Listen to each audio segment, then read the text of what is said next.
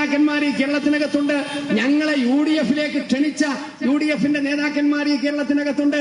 PM Shri പദ്ധതിയിൽ ഇടതുപക്ഷ ജനാധിപത്യ മുന്നണിക്കകത്ത് വ്യത്യസ്തമായ അഭിപ്രായം പറഞ്ഞപ്പോ CPI-യെ UDF-ലേക്ക് വിളിച്ച മുസ്ലിം ലീഗിന്റെ നേതാക്കന്മാരും കോൺഗ്രസിന്റെ നേതാക്കന്മാരും ഈ കേരളത്തിനകത്തുണ്ട്. അവരെ ഞങ്ങൾ സ്നേഹപൂർവ്വം ഇടതുപക്ഷ ജനാധിപത്യ മുന്നണിയിലേക്ക് ക്ഷണിക്കുകയാണ്. നിങ്ങളെ ഗവൺമെന്റ് ഇതാ PM ശ്രീ പദ്ധതിയിൽ ഒപ്പിട്ടിരിക്കുന്നു, മുന്നോട്ട് പോകുന്നു, PM ശ്രീ പദ്ധതി നടപ്പിലാക്കുമെന്ന് തീരുമാനിക്കുന്നു. മുസ്ലിം ലീഗ് ഉൾപ്പെടെയുള്ള UDF-ലെ ഘടകകക്ഷികൾക്ക് മുസ്ലിം ലീഗിന് ഇടതുപക്ഷ ജനാധിപത്യ മുന്നണിയിലേക്ക് കടന്നു വരാം. നിങ്ങൾ എന്താ ആ വർത്തമാനം ഇപ്പൊ പറയാത്തത്? KM ഷാജി പറഞ്ഞ പ്രസ്താവന ഇവിടെ മാർക്സ് അതിന്റെ സഭ്യമായ ഭാഷയിൽ പറഞ്ഞു.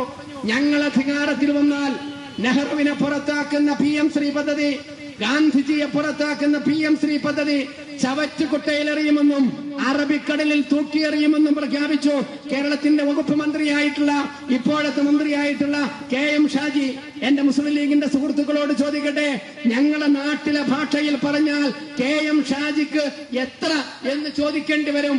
അങ്ങനെ ചോദിക്കുന്ന രാഷ്ട്രീയ സാഹചര്യമാണ് ഈ കേരളത്തിനകത്തുള്ളത്. മാന്യതയുടെ ഭാഷയിൽ ചോദിച്ചാൽ അതെത്രയാണ് നിങ്ങൾക്കുള്ളത് എന്ന് ചോദിക്കേണ്ട രാഷ്ട്രീയ സാഹചര്യമാണ് ഈ കേരളത്തിനകത്തുള്ളത്. അറബിക്കടലിലെ വെള്ളം വറ്റിയത് കൊണ്ടാണോ PM ശ്രീ ഈ PD സതീശൻ നടപ്പിലാക്കുമെന്ന് ആവശ്യപ്പെട്ടപ്പോ എണീറ്റ് നിന്ന് വർത്തമാനം പറയാൻ KM ഷാജിക്ക് നട്ടെല്ലില്ലാതെ പോയത്, കുഞ്ഞാലിക്കുട്ടിക്ക് നട്ടെല്ലില്ലാതെ പോയത്, ഷംസുദ്ദീന് നട്ടെല്ലില്ലാതെ പോയത്? ഈ കേരളത്തിനകത്ത് PM ശ്രീ നടപ്പിലാക്കുന്നു എന്ന് പറഞ്ഞാൽ RSS-കാരന്റെ അജണ്ട ഈ കേരളത്തിൽ കൊണ്ടുവരുന്നു എന്നാണ്. പച്ചക്കള്ളം കേരളത്തിൽ പറയുന്നു. കേരളത്തിന്റെ